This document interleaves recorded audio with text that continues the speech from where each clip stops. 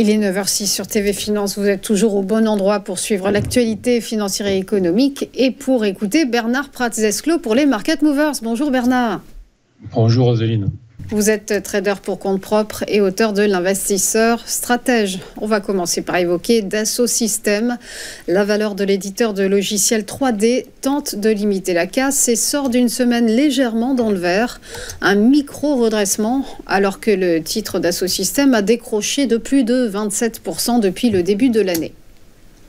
Oui, et je vous avais proposé il y a quelques semaines un signal à l'achat sur la valeur, un signal qui a donné quelques pourcents, mais qui s'est très vite avéré un faux signal. Et désormais, on a une action qui est venue retester ses bas. Donc ce coup-ci, je vous ai mis non plus un graphique en données journalières comme j'avais fait il y a quelques semaines, mais un graphique en données hebdomadaires, donc un écran très large, avec un retour sur les années précédentes, jusqu'en 2020 exactement. Donc, et on voit bien que là, on est en train de tester une zone que l'on teste depuis maintenant plusieurs semaines, presque plusieurs mois, depuis en fait cet été.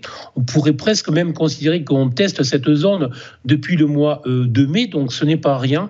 Et c'est une zone qui avait servi de support à plusieurs reprises au cours du printemps 2022, à l'été 2022, à l'hiver 2022-23, et qui avait déclenché en fait un rebond en direction des 50.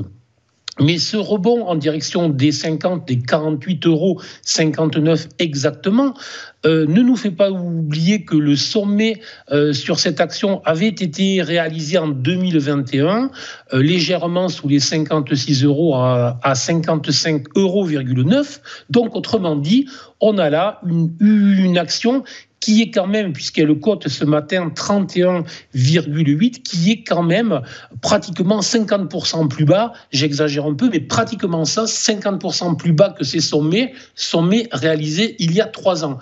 Donc on voit bien que l'ex-valeur vedette de la bourse de Paris, celle qu'on appelait la valeur de croissance, la valeur tech, c'est une valeur tech qui est quand même en forte baisse depuis plusieurs années. Et pourquoi est-ce que je m'intéresse autant en fait à ce support ? C'est tout simplement parce que ce support largement testé, marqué et qui a servi, comme je vous le disais, à plusieurs reprises de rebond. Ce coup-ci, on a eu un faux signal haussier il y a quelques semaines et on a enfoncé ce support.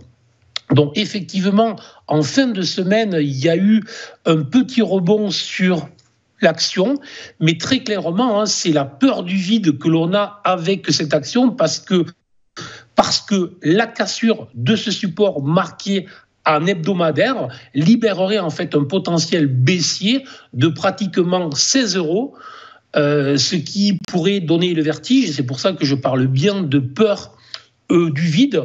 Donc très clairement, prudence totale sur cette action. Il faudrait vraiment que ça tienne. Et malgré tout, il ne faut surtout pas oublier, pour ceux qui pensent que lorsqu'une action baisse de près de 50% sur ses sommets, qu'elle ne vaut pas cher, lorsqu'on regarde les PE, dont le PER de cette action, il reste très élevé. Donc en dépit du fait que l'action a fortement baissé, on voit bien que le PE, lui, n'a pratiquement pas baissé. Donc, prudence totale sur les niveaux actuels. Si ça tient, c'est probablement un excellent niveau pour entrer à l'achat. Mais si jamais le support venait à céder, vraiment, peut-être qu'il ne faudrait pas rester sur cette action, tout simplement.